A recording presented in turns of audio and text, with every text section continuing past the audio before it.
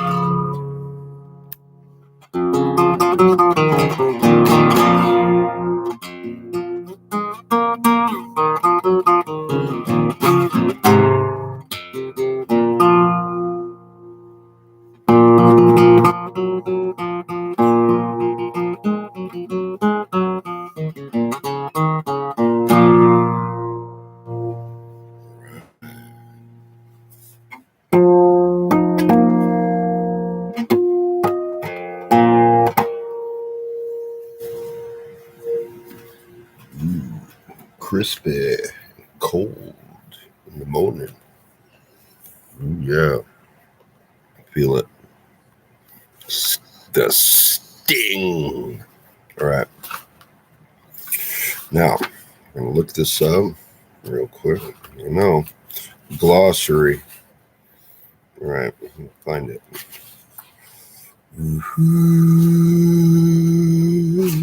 There it is. Guailbain.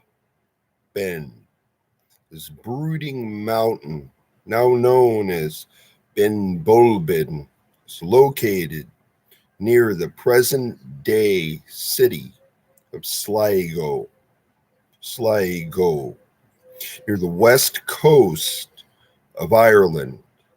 It was a favorite landmark of the poet William Butler Yeats. There we go. Interesting. So when you see, let's see, Bruighaid or Brewy, Brewy for pronunciation. The official entrusted with the running of public houses of hospitality in Ireland, a most honored profession. Let's see. Breen, the Bruidhean. A breen, a public house of hospitality, usually set up on the junction of several roads. It's intended to serve the needs of any traveler without charge and is an excellent example of the characteristic hospitality for which the Irish are known. With that said, I have to read this. The Banshee, simply translated as woman of the hidden folk. The term has today come to be a label for a hideous apparition which wails mournfully to announce the coming death of a true Irishman. Like the leprechaun, it is much degenerated remnant of the old beliefs, its sources unknown to most in the modern world.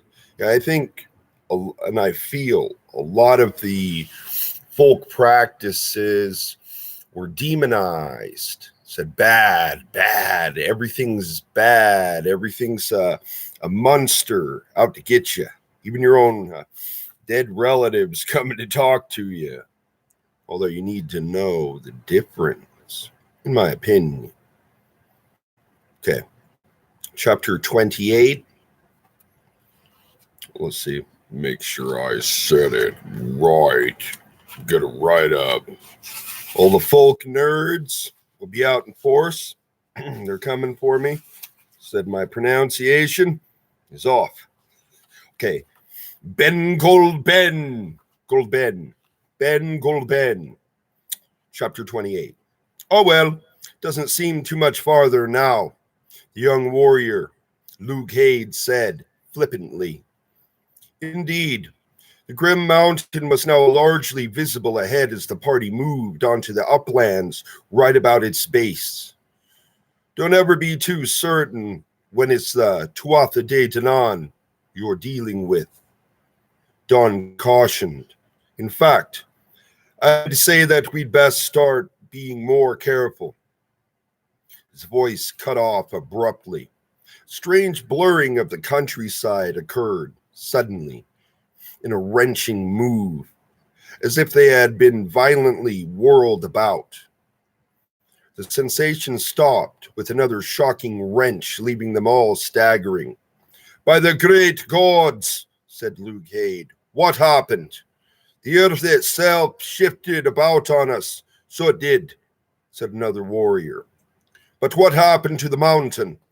Said a third, pointing ahead of them in shock. Where it should have been. Looming up before them, there was now only a line of trees and an empty sky. By Danu! We can't have lost it, Luke Hade said. And so you haven't, Kenneth Royal said with a laugh. Look over there. He pointed behind them. They all turned to see the mountain rising there and seemingly a bit farther away than it had been. But it can't be, Luke Hade said in a bewildered way. It was just ahead of us. We've been sent astray, Don told them. Astray? Asked a young warrior. What's that? Don sighed over the man's incompetence and looked to Kenneth Royal. Would you explain it?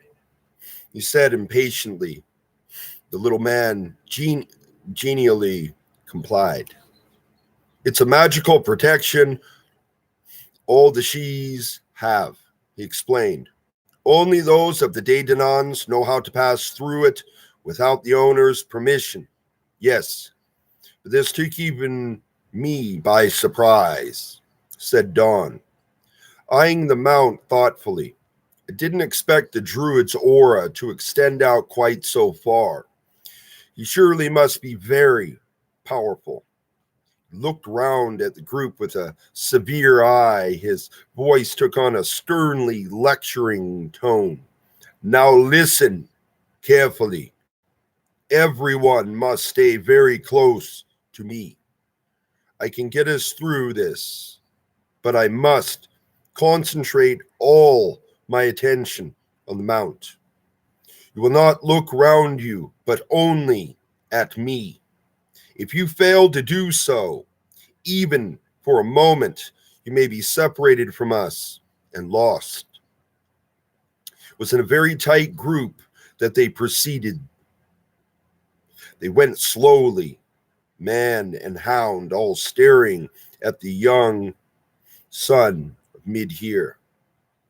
Walked stolidly on, keeping his eyes fixed firmly on the mountain of the Druid, face tensed in a frown of concentration. They closed upon their goal without further incident. At last, they came to the end of the forest, close upon the base of the cliffs. The trees petered out, leaving a wide band of open, rocky slope about the mount. The company stopped well within cover. Stay hidden, Finn advised his companions. The dark druid may have watchers on the mountain. We don't want him knowing we're here just yet. The dark druid lives in there? Lucade asked, peering out from cover at the brooding pile of stone. He does, Don answered. Somewhere within the hill lies his Cid. But that's all Baudur could tell me. No other of the Daytonons, save the outcast ones, has been within it.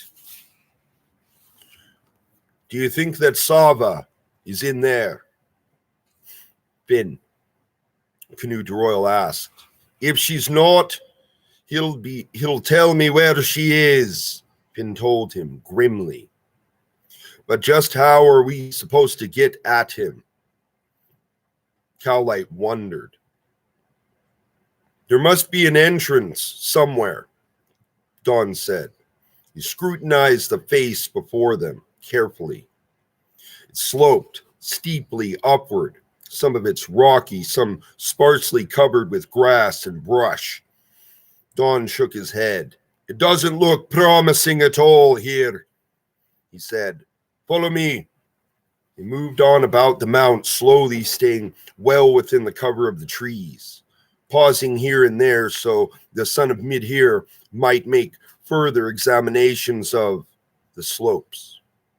They stared out at section after section, his attention fixing most closely on the portions which were steeper and more bare. And the longer this process dragged on, the more often did Cowlight exchange looks of impatience with Finn. Finally, Don stopped for a long while to stare out at a large, smooth, nearly vertical area of the cliff face. After a thorough inspection, he nodded. There, he said. I think that's it. Ya think? Cowlight said.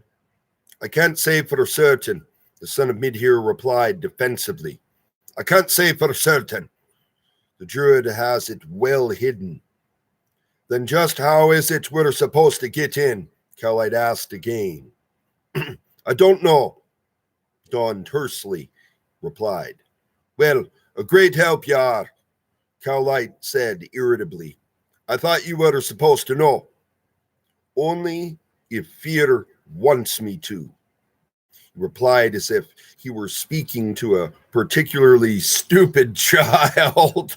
Oh, God. Most Daytonons don't hide Cid entrances from one another. He does. And even if I could find it, I couldn't open it without his letting me in. Well, that's just grand, that is, said Cowlight in frustration. A lot of good it did us to creep here so stealthily. We can't get in. And even if we move into the open, he'll know we are here. Don gave him a most disapproving glare. You certainly have one of the most gloomy outlooks I've ever encountered, he said. At least I'm not useless to us. Useless, Don repeated indignantly. What are you? Never mind, Finn said sharply. If we can't open the entrance, then we'll just have to get Fyodor to do it for us. What? Said Cowlight in surprise, looking to him. Do you think he's going to open up? Knowing you're out here. He might, said Finn, if he doesn't know how many of us there are. What do you mean? Cowlight asked suspiciously. You haven't had another of your reckless notions, have you, Finn? It might be I have, he said thoughtfully. Looked to the son of Mid-Here. Don, how hard would it be for me to open the entrance from the inside? Oh no, Cowlight said, shaking his head. It's worse than I thought. For it might be impossible, Don said, but I'm certain I could manage it once I saw its workings.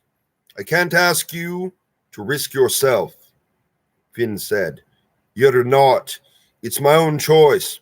Besides, he added, if you want to have your best chance at success in this, you'll have to take me.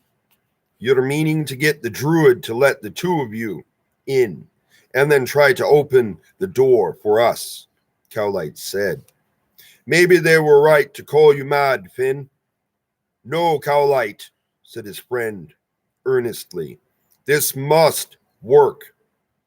He doesn't know how many of us there are. Maybe he will let me in. If he thinks I'm no danger to him, he'll just kill you.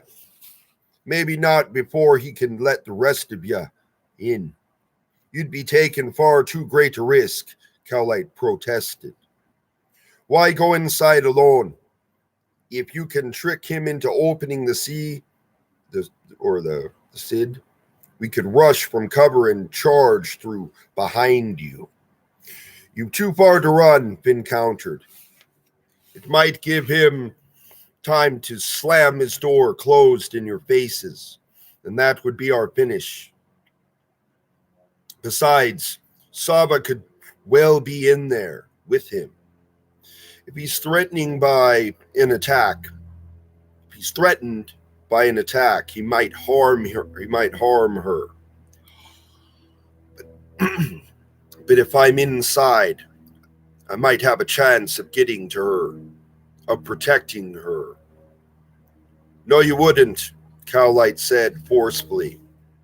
Not a chance at all, alone. What do you mean, said Finn. I mean that you've got no idea what kind of force you'll be facing in there. We know he at least has a company of warrior creatures. You and Dawn can't battle them, rescue Saba, and open the door to us. You need more help. If we can take too many with us, it's not likely the Druid will be letting us in, Dawn pointed out. Cowlight doesn't mean a company, Finn told him with a grin. He means just one. Look to the dark warrior, don't ya, Cowlight? I do, he agreed and gave a heavy sigh. And who else is fool enough to be forever leaping into the flames beside you? The two hounds moved in closer, then sitting up and drawing Finn's eye to them. They whimpered urgently. Good thinking, lads, Cowlight said to them. We can take the hounds as well, told Finn. If the Druid doesn't know how intelligent they are, he'll not think of them dangerous. I don't know, Finn said with misgiving, but they can help to protect Saba if there's a chance, Cowlight argued. That seemed enough to sway Finn. He nodded. All right, he said. You four, then. But that's all. The rest will stay out here. And what about me, Finn? Said Canute Royal. I might be able to give help to you. You, Canute Royal? But why should you risk yourself? I have to, Finn. Don't you see? He said. I was of the She. I might be able to help you fight the Druid somehow. You got to let me do something. Finn put a hand upon his arm. My friend, I appreciate this, but it's too dangerous. Dawn can give me all the help to fight him. Stay here. But Finn, I said stay here, Finn said firmly, and the little man sat back looking sullen.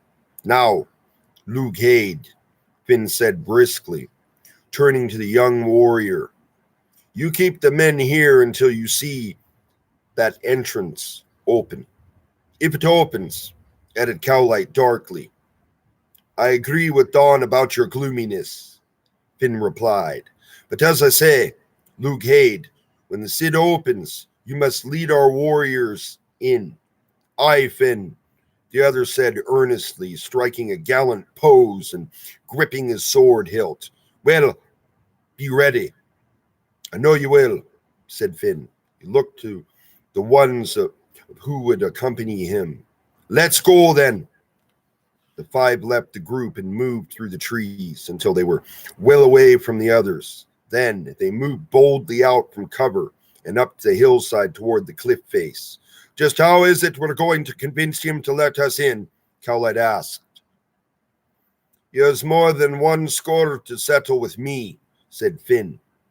I mean to give him his chance to do it. What's stopping him from just blasting us with a thunderbolt right before his cliff? The warrior asked. Nothing, Finn answered frankly. But if I judge him rightly, his own pride would never permit it. He's been humiliated more than once, tried to kill me, and failed. He'll not pass a chance to have me close, to make me squirm before his people, as I did him. I hope you're right, said Cowlight with some doubt. So do I, Finn answered fervently. He reached the base of the cliff, looked up at the ominous, frowning face of it uncertainly. I don't see anyone, said Cowlight. They're there, said Dawn. Go ahead, Finn. He'll hear ya. Finn lifted his voice, shouted, Firdosh, let us in! Sava cowered back into the cushions as the dark druid advanced upon her, threateningly. Get back from me, she cried in desperation. Oh no, my love, he said. None of your pleading will keep me away this time. I put the human form upon you again for only one reason. If I have you no other way, then it will be this one. Dropped down beside her, a hand shot out to grip her arm and pulled her toward him. She bent back as far as she could in an effort to escape. You'll have nothing, she told him. I'll die first. My touch won't kill you, he replied, seizing for her other arm. And your struggling will only bring you more pain. I don't want that, but nothing will stop me now. He pulled her closer, his face moving towards her. She fought to break his hold, but it was in vain. She could not break loose. She was weakening. There was no escape. Wait, she gasped out. My baby! He pulled back a little, his shrewd gaze on her. Your baby, what about it? If you are right, then I'm abandoned, she said reluctantly. If there's no other hope left to me, then I cannot let him die. So your pride is finally softening, he said with hope. I can't bear to let him die alone there, she admitted despairingly. He's all that I have left. If you promise to truly care for him, then if I must surrender to you, I will. I'll buy my baby's life any way I must. Very well, he said, smiling greedily. But you must prove that willingness to me. I'll do as you wish, she said in agony. You have my promise. Only bring my baby to me. It will survive a while longer, he said callously. First, you must prove what you have said. You must prove it now. She dropped her head, her body sagging limply in surrender. Very well, she said brokenly. If that's what I must do, I give myself to you, Firdash. He smiled, rising to his feet. He looked down gloatingly at her, his lustful gaze roving across her as he began to unfasten his robe. I've waited a very long time for this, he said slowly, savoringly.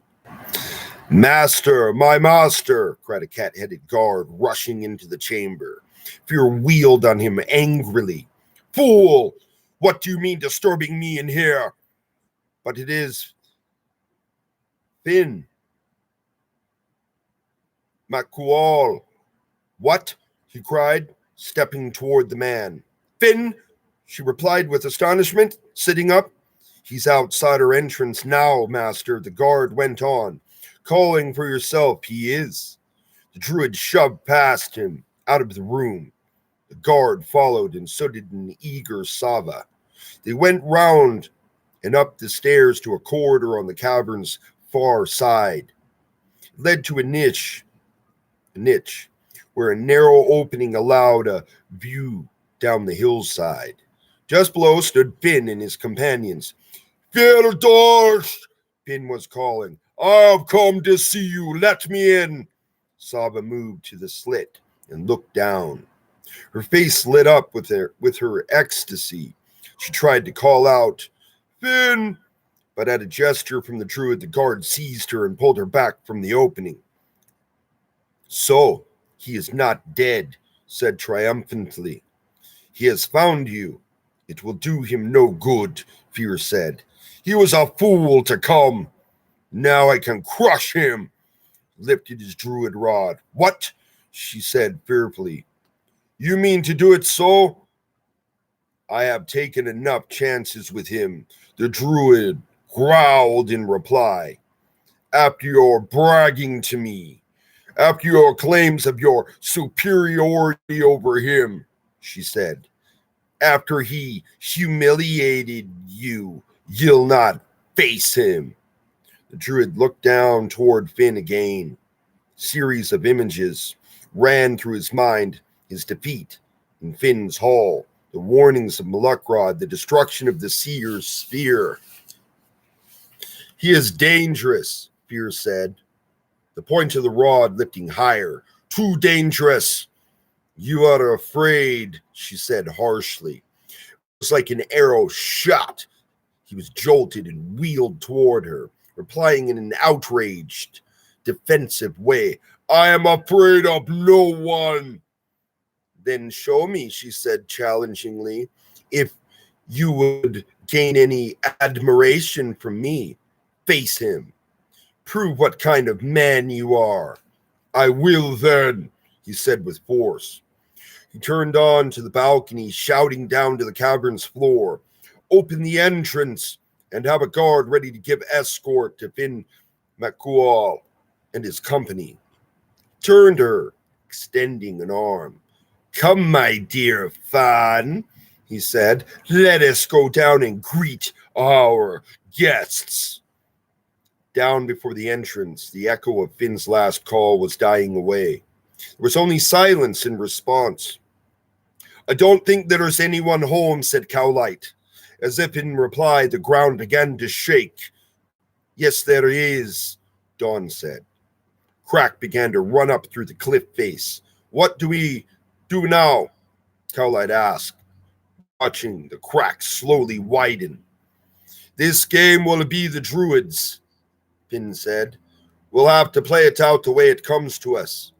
Once inside, we need to create a row, some way make a diversion that will give Dawn a chance to open the door. Look to the dogs. If Saba is there, you lads must try to get to her, protect her. I'll see the druid. And me, said Cowlight. Finn gave him a little smile. You can see to the rest. Oh, thank you very much, he answered. Looked up at the opening. The halves of the cliff had now pulled aside with a rumbling, like the vast portals sliding back, revealing an enormous tunnel leading into a shadowed depths. The movement stopped. The tunnel waited. Well, Cowlight said resignedly, shall we be going? They started in, but they were barely past the opening when it began to rumble close quite swiftly behind them.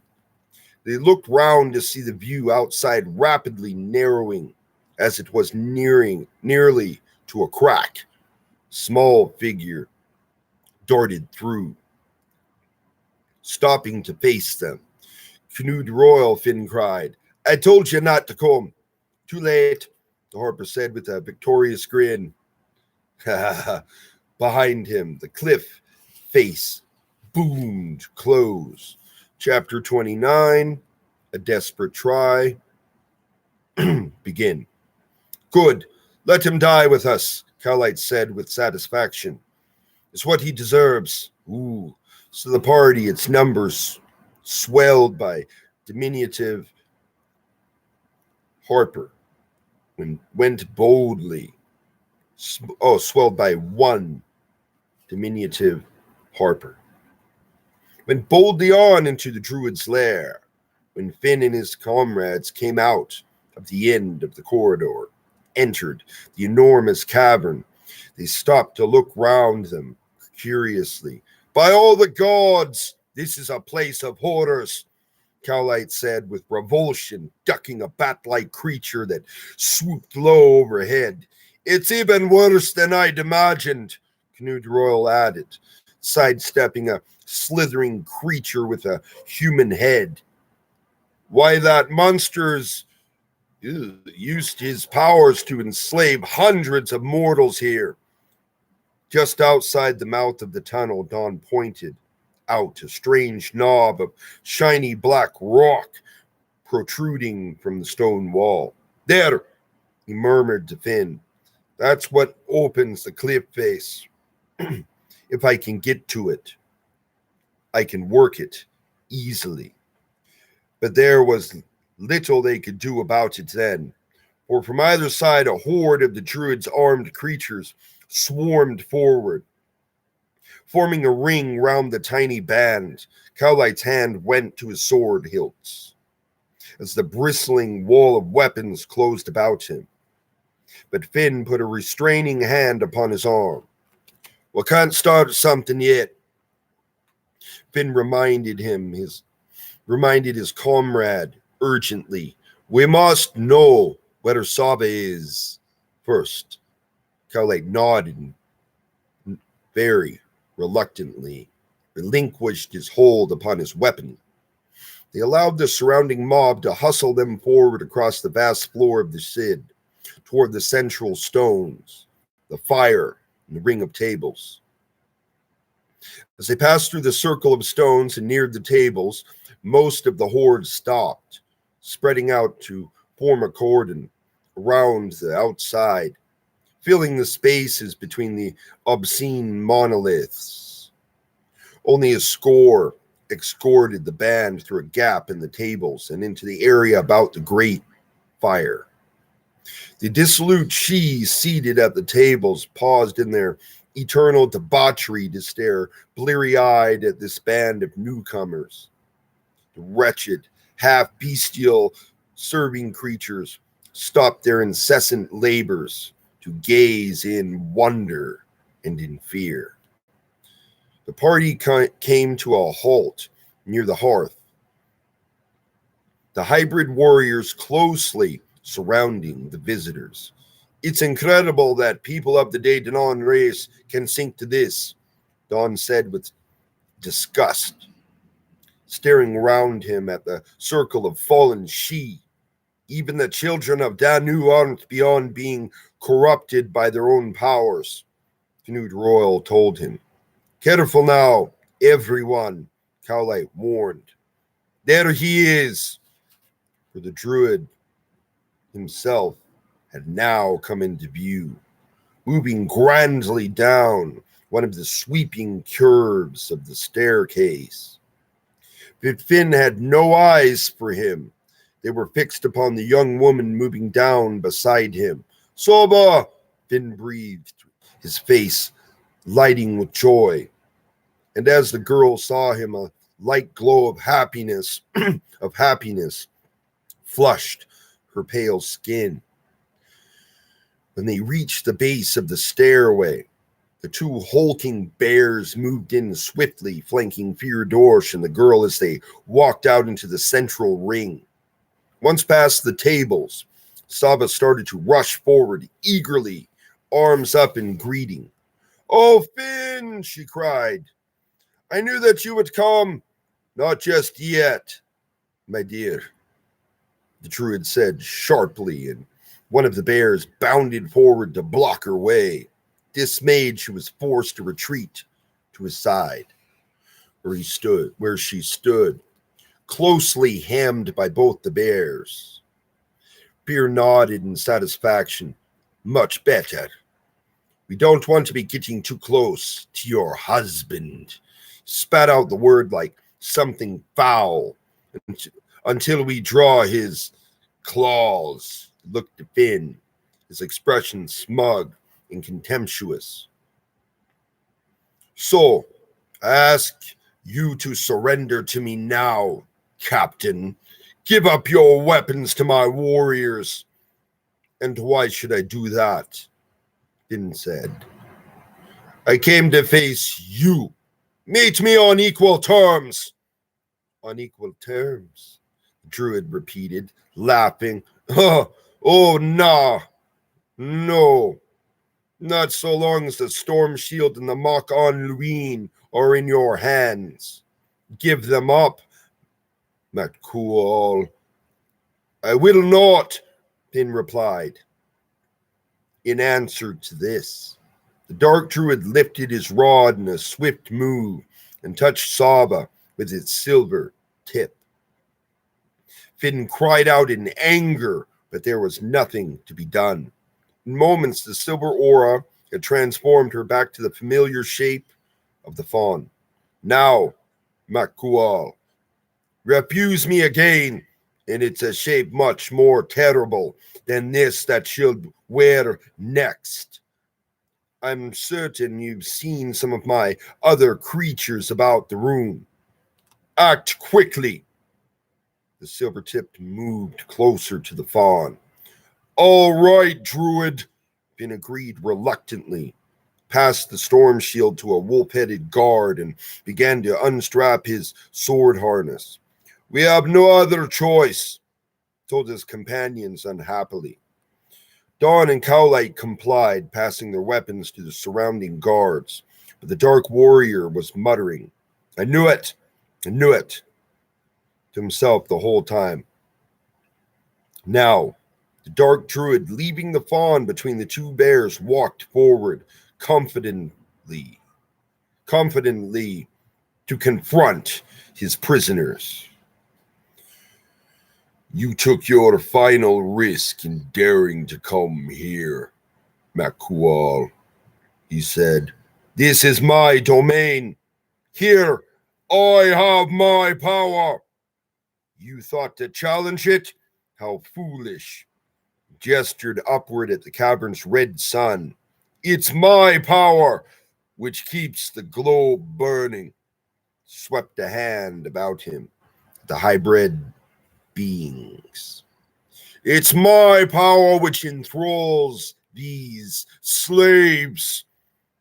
"If you are so mighty," Finn said, unimpressed, "why did you have to take my weapons?" Fear stepped up close before him, lifting the rod to point. "Because you stripped me of all my weapons with the trickery of your little dun," he said. "And then you humiliated me before your company of mortals." Swept the rod sharply round on the last word, cracking it across the side of Finn's face, raising a welt there. Finn gave no sign of pain, continuing to fix the Druid with a stony glare. The rod swung back. The silver tip pointed at Finn's throat this time. "Now!" Fear said, slowly, now, savoring each word. I will make you crawl. I will make you dance. I will make you fly. This time you will entertain my company. The degenerate she about the table shouted their approval and laughed with perverse glee at the prospect. Canute Royal moved forward to Finn's side, peering up under the rod to the Druid, his face fearful, his voice piping and timorous. Wait now, great Druid, he said. Before you deal with him, what about us? The Druid gazed down at him, first looking irritated by the interruption, the more intrigued as he saw the harper's face. Ah, little man, I remember you. Lowered the stick from Finn and tapped him lightly on the head. I have some unfinished business with you as well. Not so hasty, great Druid, little Nuts said, trembling in a terror-stricken way. I have a sorrow for what I did to you, so I have. Finn's yours now. You don't need to be harming us. What is this? What is this? The Druid seemed surprised. Where is your loyalty to your great captain? Loyalty, Canute Royal repeated with scorn. Why, he nearly killed me when you took the girdle from me, and he forced me to come here. You traitorous dwarf, Cowlight snarled, tried to get at the harper, but two guards pulled him back. Please, the little man pleaded, please let me prove it to you. I can prove my worth to you. I could entertain. Entertain you? The Druid said. Entertain you? Giving a laugh that was joined by the revealing company. And what could you do? Well, it has been said that I'm a fair musician, he modestly replied. As he said this, he glanced up at Finn. Unseen by the Druid, he gave just the slightest, quickest wink. Finn looked from him to Cowlight. The dark warrior inclined his head a fraction in a gesture of understanding, though no faint shifting of his glowering expression revealed a change in him. All right, little one, the Druid agreed. Let's hear you then. I am in no hurry to have my revenge upon Makul. And if you don't please us with your plan, smiled sadistically, well, there are other things we can have you do. But what will you play? Harp is best, I think, he said. Then musicians, give him a harp, the Druid commanded. Harp was passed to him. The Druid moved back, taking his place at the tables. The fawn, still flanked by the bears, stood close by. Canute Royal moved out in front of the others. He stood a moment examining the harp, his fingers resting lightly on its strings. A frown of uncertainty wrinkled his wide brow and pursed his small mouth. Well, get on with it, Fear ordered brusquely. I will then, the harper assured him. He cast a last look filled with hope and fear alike toward Cowlight. Then he began. Tune, a soft, sorrowful, and lilting one, came falteringly at first. The little man's slender fingers, which used to fly upon the strings, seemed clumsy. Cowlight squeezed his eyes shut despairingly. Well, there's a last hope gone, he murmured darkly to himself. If that is your best plan, you would entertain us better as a dancing hare, Fear said, looking round at his company with a cruel grin. They laughed maliciously in response. Royal glanced round the circle of depraved faces. He looked at the grinning Druid, then toward his comrades. His gaze went, finally, to the fawn, watching him so anxiously with its dark eyes. He steeled himself and tried again. And now the notes began to come flowingly. The strings began to sing, spinning out not music alone, but a bright aura that fell upon the crowd, began to listen, slave and master alike. Faces of the degenerate company grew rapt. Even the dark Druid seemed absorbed, fascinated by the sudden skill of the little man. Finn caught Don's eye and gestured with a glance toward the door. Don began to ease back through the ring of spellbound guards. Finn caught Cowlight's eye and passed a wordless message. The two, slowly, cautiously, went toward the ones who held their weapons. Don worked his way unnoticed out of the ring, slipped through the circle of tables, and eased between two of the warriors in the outer cordon, round the standing stones, began to move stealthily toward the tunnel mouth and the stone knob that would open the outer door. But as he passed into the open area beyond the stones, his movement seemed to catch the eye of the dark Druid, clearly not so much held by the musician's enchantment as the others. He stared in puzzlement, then shook his head as if to clear it of the bright web the harp had spun. He looked again, and his face grew darker with his sudden rage. "Stop that man!" he shouted, jumping to his feet to point after Don. "It's a trick!" At the same time, his other hand thrust out the Druid rod to point at Canoe de Royal. From the silver tip there shot a stream of silver light, slammed through the harp, shattering the strings, and burst against the little man's chest. It was lifted and thrown backward, tumbling across the floor to crash into the hearthstones and fall into a crumpled pile. "Kill them all now!" Druid bellowed. Don turned and ran, but with the end of the music, the guards came back to life. A weasel-headed one turned and cast a spear, struck Don in the back, and he staggered, falling to the ground, some distance from his goal. But in the confusion, Cowlight and Finn were still able to act. He leaped upon the guards, knocking them aside, seizing their weapons. He drove the startled few round them back. "At them, all of you," Fear ordered in his towering, overwhelming rage. "No more delay, no more trickery. Just finish them now." The Finn champions and their two hounds were immediately deluged by attackers.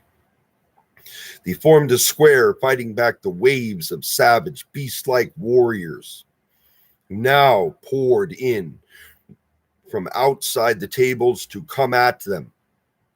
"So much for that plan," said Cowlight, sweeping out to drive three warriors back. "We're in it this time." Again. "No worse than usual," Finn said. He knocked aside an axe blow with his shield, parried a sword cut, kicked a ram-headed giant in the groin, and added, "Well, maybe a bit worse." The battle raged on, all fierce warriors now crowded in round the four, filling the space between the tables and the fire. The debased and dissolute she, frightened by the violence so close, hid cowering beneath their tables. Meanwhile, across the cavern floor, outside the circle of the fight, Don stirred. Slowly, one of his arms moved back. With an effort, he managed to grasp the haft of the spear with his hand. It had struck just below his shoulder blade, the point piercing the sinewy muscle there, and not penetrating deeply. He gave a great tug, grunting with pain as the point came free. "Ah!"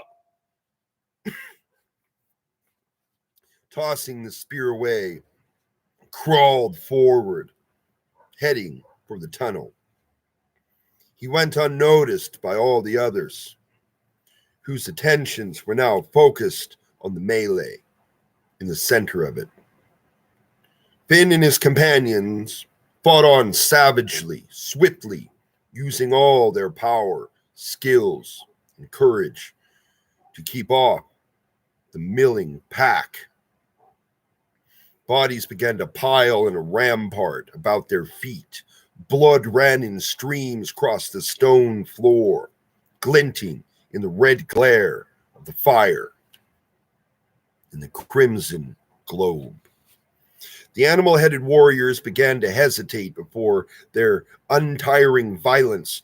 "Kill them!" the Druid shouted. The man who hesitates will crawl on his belly for eternity. They reluctantly moved in again. Dawn reached the tunnel mouth. He crawled to the base of the wall just below the protruding bit of stone. There was no guard about him, as all the warriors were engaged in the fight. He lifted his head, gazing up toward the black knob. It seemed to be very far away.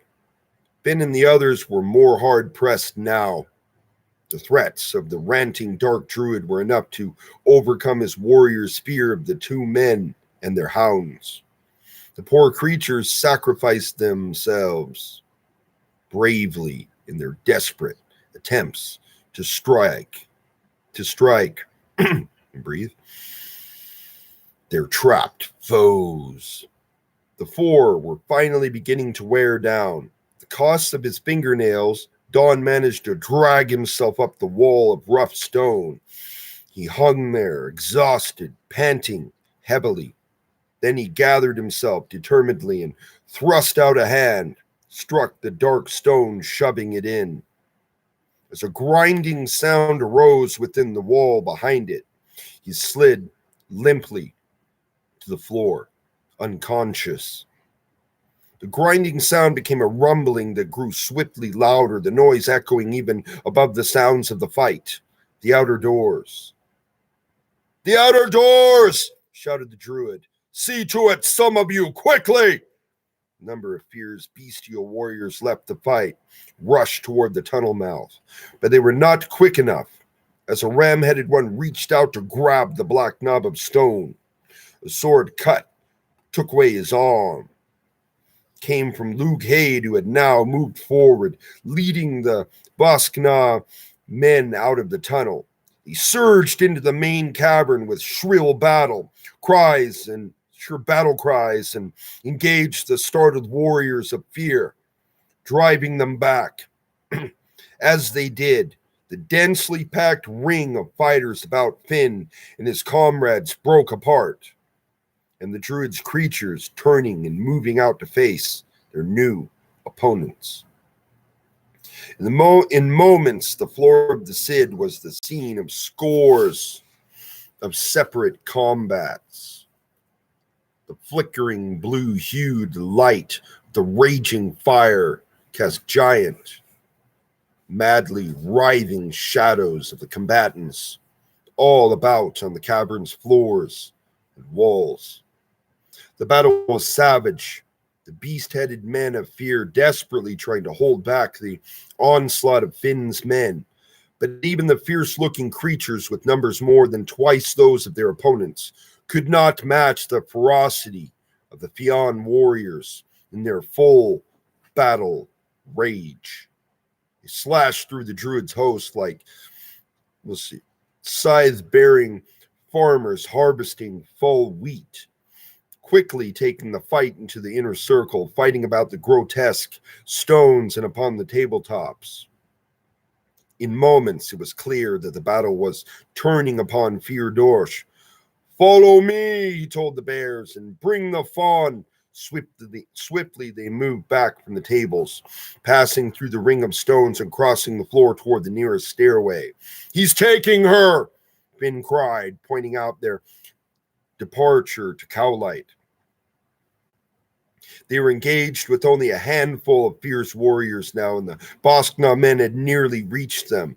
"Go after her," Cowlight said. "Take the hounds. He can deal with the rest." Finn made no argument. "Bron and Skilon with me," he said, and leaving the battle to his comrades, hacked away through his opponents into the clear and sprinted away. The hounds at either hand ahead of them, the fawn was moving reluctantly along, being driven ahead by the two hulking beasts. By the time they reached the base of the stairway, Finn and the lads were closing rapidly. Fear looked back and saw their approach with alarm. "Stay here," he commanded the bears. "Kill anyone who tries to follow me." Then he swept out his druid rod to touch the fawn, using its power as before to force her ahead of him, up the stairs. The bears turned and set themselves to meet the attack of the charging three, but Finn and his hounds did not hesitate. Finn dove upon the beasts while Bron and Skilon leaped for the other. Finn's bear rose up and struck out with his forepaws, but he slammed the blows aside with a sweep of the storm shield and swung a powerful sideways cut that took away the crown of the animal's head. Wow! Took the top of the head off. Toppled backward, already dead. Bron and Skilon, meantime, had fastened themselves to the other bear, dragging it aside with the way clear. Finn vaulted over the fallen beast and leaped on up the stairs. Behind him, the hounds fought a snarling, rending battle with the Dark Druid's remaining pet. Out on the floor, the battle was continuing. The warriors of Fyodor's fighting doggedly, but with no real heart, as they had no choice but to sacrifice themselves for their master. Cowlight was having no trouble dispatching any who still dared to challenge him, as he heaved a lanky, weasel-headed attacker into the fire. His foot struck something, looked down upon the limp and huddled form of Canoe de Royal, crouched down to examine the little man.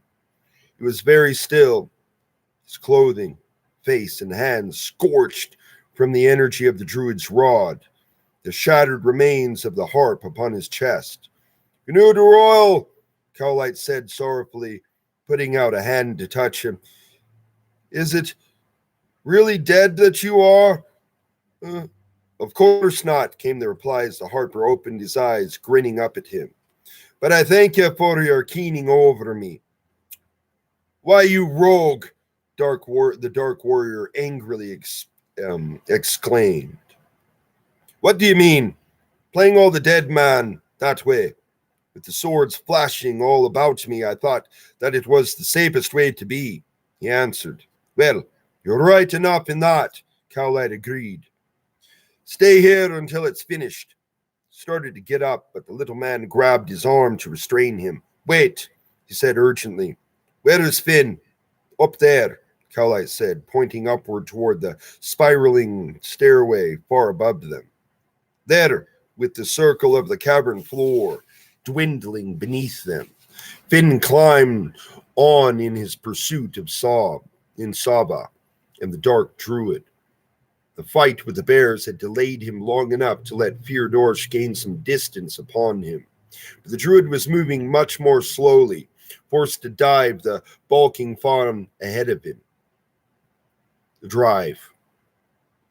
driver ahead.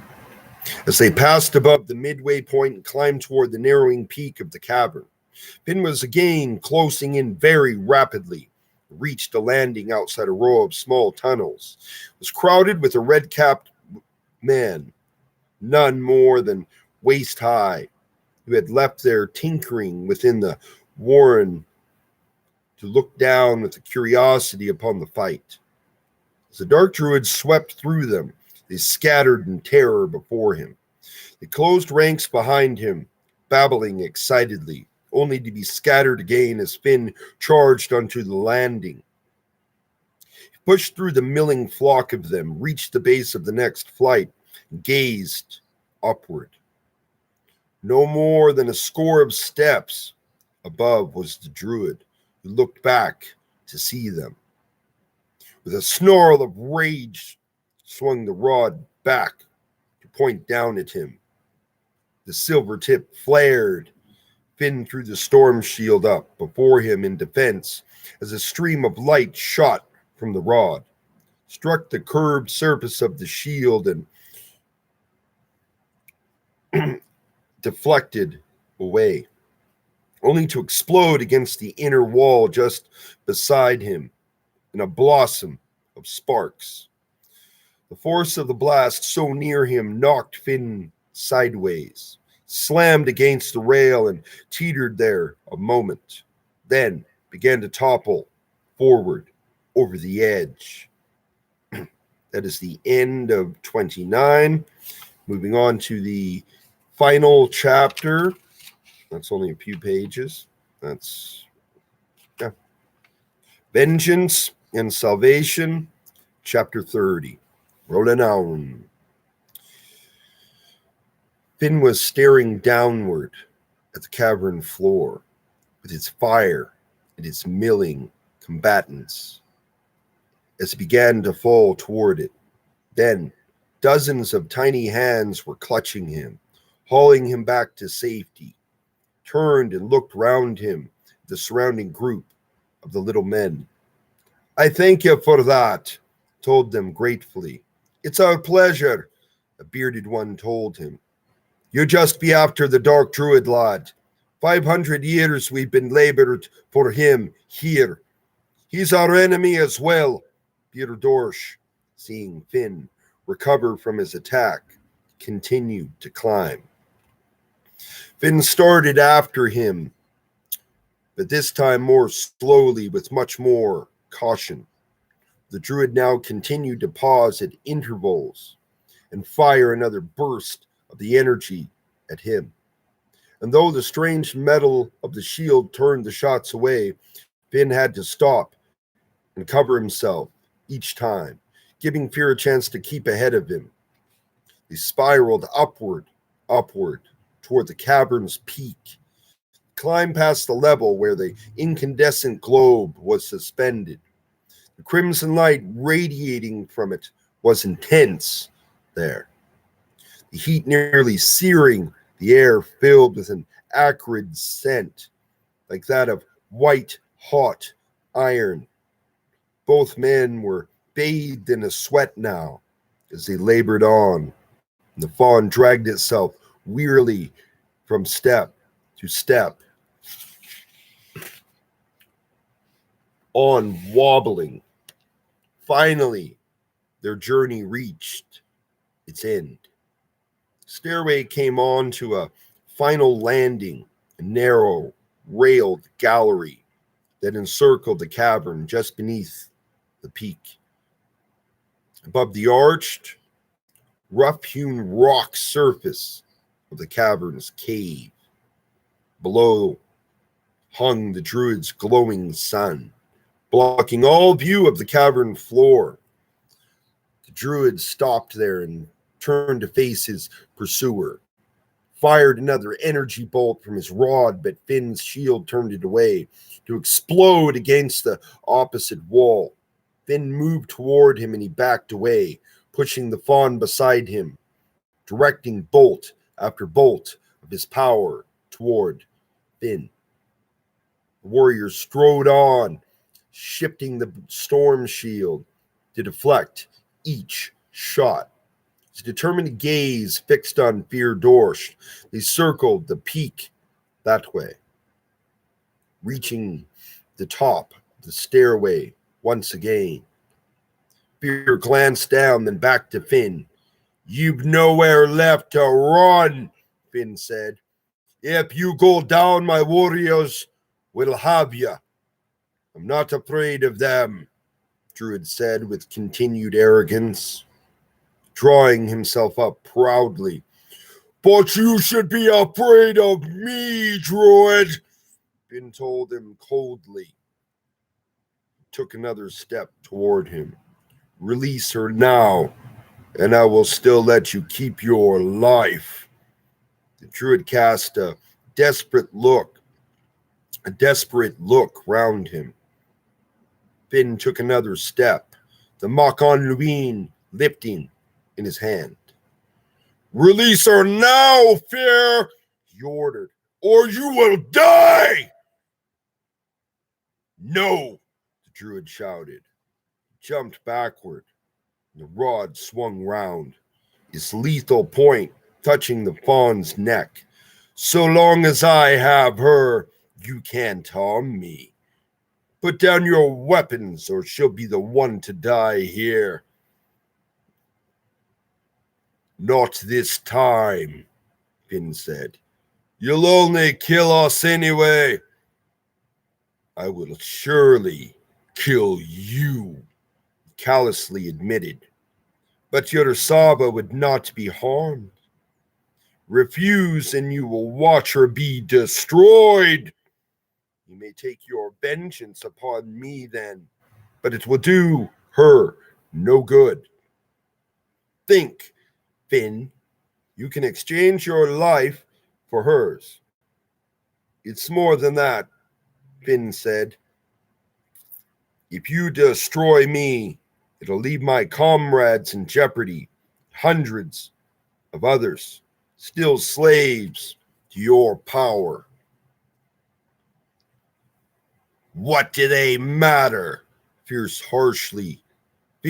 harshly replied.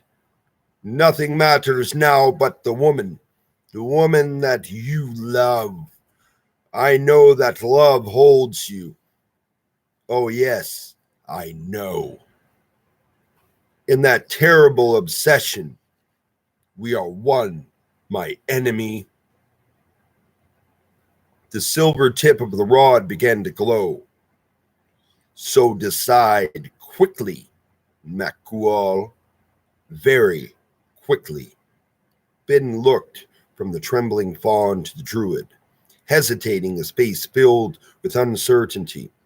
But the fawn, listening, seeing the agony in Finn, drew herself up in a determined way, her body tensing, her slender legs growing taut. Then, in a sudden, courageous move, she drove from beneath the rod's tip and ran toward Finn. The Druid reacted swiftly, swinging the rod about to point after the fleeing Sava. The tip flared brightly. "No!" cried Finn, stepping toward her. The beam shot out. It struck the floor of the landing just beneath her, bursting into a shower of lights. The fawn was thrown forward, tumbling headlong to land before Finn's feet. Sprawled motionless, in shock, Finn moved toward her, starting to lean down, but the Druid's voice stopped him. "Hold there, Macual," it said, grating out the words. He looked up to see the glowing tip at his own face. "Why did you do that?" Finn asked him in anguish. "I had no wish to," the man said, a sorrow in his own words. "Believe that. I loved her." "Then why didn't you let her go?" Finn asked. "She only wanted freedom." Fear's dark countenance convulsed with a sudden rage. "No, she wanted you. It was you who killed her. You had come for her, who forced me to do this. And for that, I will destroy you now." The rod lifted again, the silver tip rising to point at the warrior's face. Once more, the tip began to glow, but as the beam shot out, a form hurtled from the stair top onto the Druid's back, knocking him forward. The rod was knocked aside, its bolts of light diverted to crack against the stone above. The dark Druid now swiveled to try to grapple with the thing upon his back. Its long, spindly legs wrapped about him like a spider's legs, and it clawed at him with bony, taloned hands. As the two swung round, an astonished Finn caught a glimpse of the skull-like head of Malakrad, that's the Druidess. Hey, he left her for dead.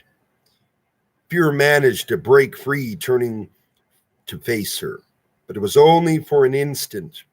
But before he could lift his rod in defense, she was upon him again, hurtling herself against his chest. He staggered backward with her upon him, colliding with the rail. Her hands went to his throat and she leaned forward, forcing him back. She fought desperately. He fought desperately, one hand trying to yank her away, the other striking at her with the rod. But the rage and madness that now twisted her wasted face seemed also to have generated an immense power to her shriveled limbs. She hung on, pressing forward, till his back was arched out over the rail. "You see what I am?" she shrieked, her face close to his. "You did this to me. Now you are mine, my love." She leaned forward, crawling onto his chest. He flailed out wildly, but her weight finally overbalanced them. They rolled backward over the rail, tumbling down, still locked in their embrace, landing upon the globe. There was an explosion with a flare of light, sparks rising up in a high arch to touch the roof, and then fluttering back. Finn threw up an arm to shelter his eyes against it, but it died in an instant, leaving no trace of Druid or Druidess. Finn stood for a moment, staring down in astonishment. Then a low moan brought him round. The fawn was stirring. Quickly, he moved to kneel by her, lifting the sleek head gently to cradle in his lap. As he did so, he realized with a look of wonder that the slender form was beginning to shimmer with a silver light. Far below him on the cavern's floor, the explosion had drawn all eyes upward. The fighting stopped. Then the combatants looked about them in wonder. Shimmering halos of silver light enveloped all the Druid's creatures. Before the astonished gazes of Finn's men, the form within the translucent cocoons transformed. The lights faded, leaving hundreds of fully human men and women stretching and looking about them with delight. "We're free!" a woman cried. "The Druid must be dead. We're all set free!" Most of the warriors of fear threw down their weapons, raising arms in surrender to the Fionn men. "We're no longer your enemies," one told Cowlight. "We're free of the Dark Druid. Please let us leave this place." "What should we do, Cowlight?" Luke Cade asked. "Let them go," he answered. "We've no more quarrel with them." "And what of them?" the young warrior wondered, pointing to the degenerate Daydanon still cowering beneath the table. Cowlight pointed to a number of the one-time slaves who had retained their weapons and were now advancing upon their former masters, faces grim with obvious intent. "Let them deal with the vermin," he said piteously.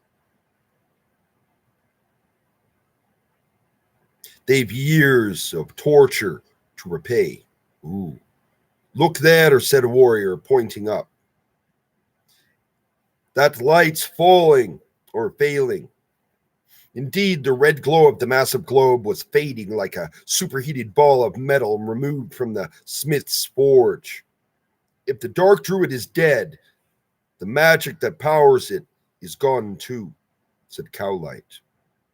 "Luke Cade, see that everyone gets out of this place."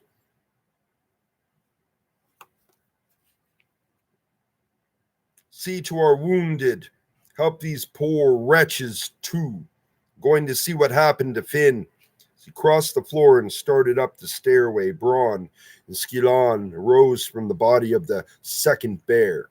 They were a bit ruffled and sported a few scratches and evidence of their fight. But the second creature lay dead beside the first. "Good lads," Cowlight told them. "Come with me. Finn may need help." As they climbed upward, the freed slaves of Fyr Dorsh began to stream from the cavern, up the corridor, out into the daylight many had not seen in years. The light of the globe was fading swiftly, but the great fire, stoked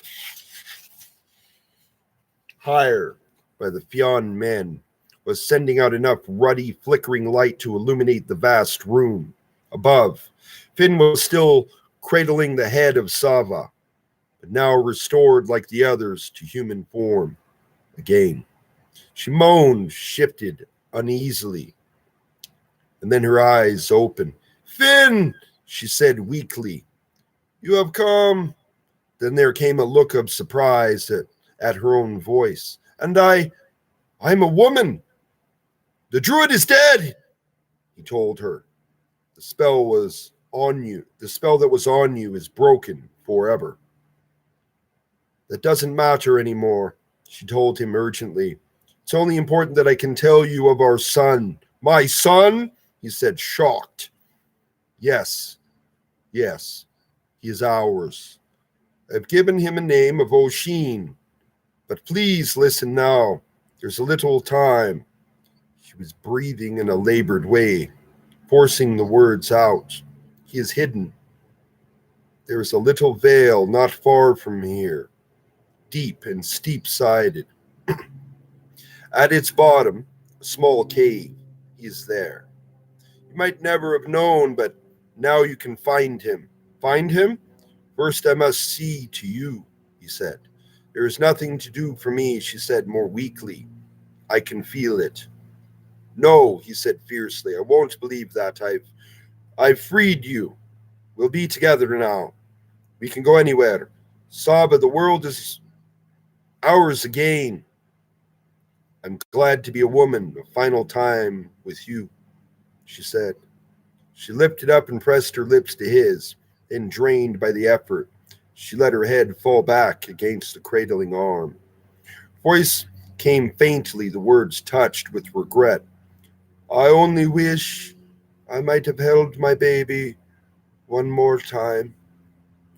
When Cowlight and the hounds reached the top of the stairway, they found Finn still sitting, the form of his wife still cradled in his arms, his head bent over. "Finn," the dark warrior called. Finn's head lifted to him. "Sova," Cowlight began. "Is she—" He stopped. The look of his friend's eyes had given his answer. The band of men halted at the base of the mist-shrouded vale. Canute Royal astride his horse, Dawn bandaged and pale, but proudly on his feet. Cowlight, Lugade, and the others of the Bosknaw clan all halted as Finn moved forward. He advanced slowly, almost fearfully, toward a small cave mouth. The two hounds sat on either side of it, as if on guard. As he reached them, he patted the massive heads. "Good lads for finding this," he said. He crouched down, peering into the shadows of the cave. There was no sound and no movement from within it. He hesitated, glancing back toward his comrades. Then he put on a determined look and, crouching down, entered the hole. The others waited, watching expectantly, hopefully, fearfully. For what seemed long moments, there was no sign. Then there came a whimper, and then a more forceful cry. Finn reappeared, crawling backward, raised himself up, and turned to them. A squirming object in his hands, they surged forward to meet him, surrounding him, staring down at the object with fascination. It was squalling lustily now, its face red and puckered. "Is it all right?" Cowlight asked, staring in wonder at the tiny being. From its fine yelling, it surely sounds well enough, Canute Royal said, grinning. A grand bard it ought to be. The infant, now appearing to recognize the presence of the circle of staring men, ceased its crying, gazing curiously up at them with eyes of a brilliant green. Does the eyes of Sava, Cowlight remarked. This is no it. I don't know. This is no it. That's what the line is. Finn told them sharply. Then he smiled proudly down upon the child. This is my son, our son, Oisin. He bundled the infant warmly, tenderly in his own cloak, and then the party moved away out of the vale, out from the shadow of the mountain, the dark Druid, back toward home. And that's it. All right, cool. And that is the conclusion of the Dark Druid. I made it. All right. Took me a while. Takes more effort to read aloud than just read.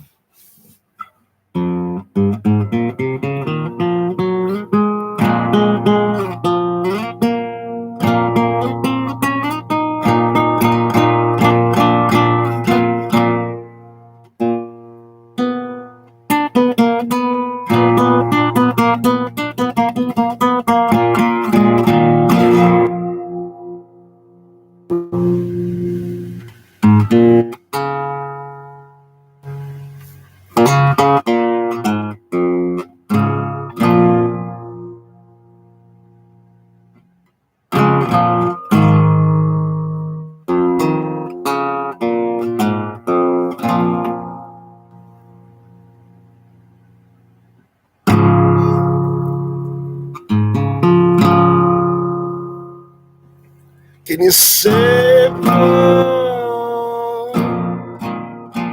Can you save love? Stay.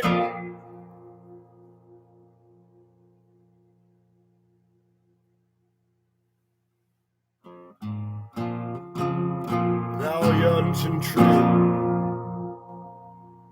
a mother's love always.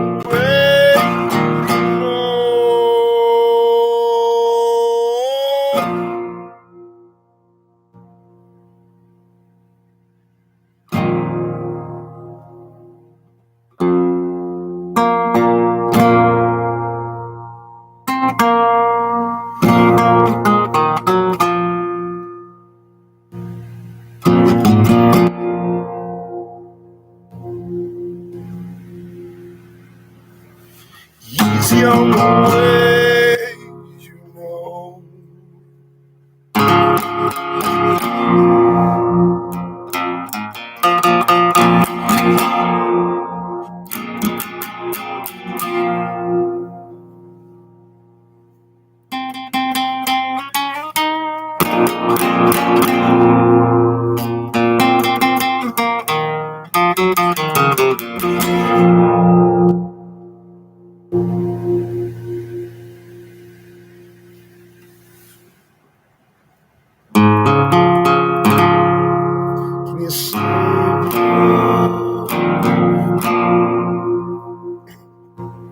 Can you say more?